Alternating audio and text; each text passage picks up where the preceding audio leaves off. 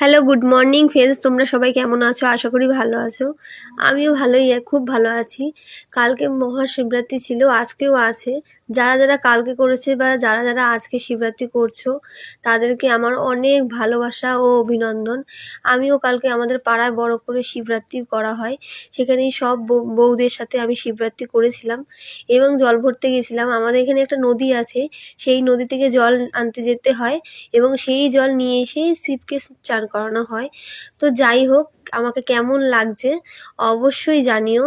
এখানে আমরা সবাই ফল কাটতে বসে পড়েছি, পুজোর জোগাড় করছি সবাই একসঙ্গে। এরপর পুজো শুরু হবে। পুজোটা ব্রাহ্মণ করবে না, আমরা সবাই মিলেই করব।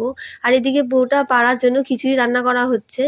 ফাইনালি আমার জল দেওয়া কমপ্লিট।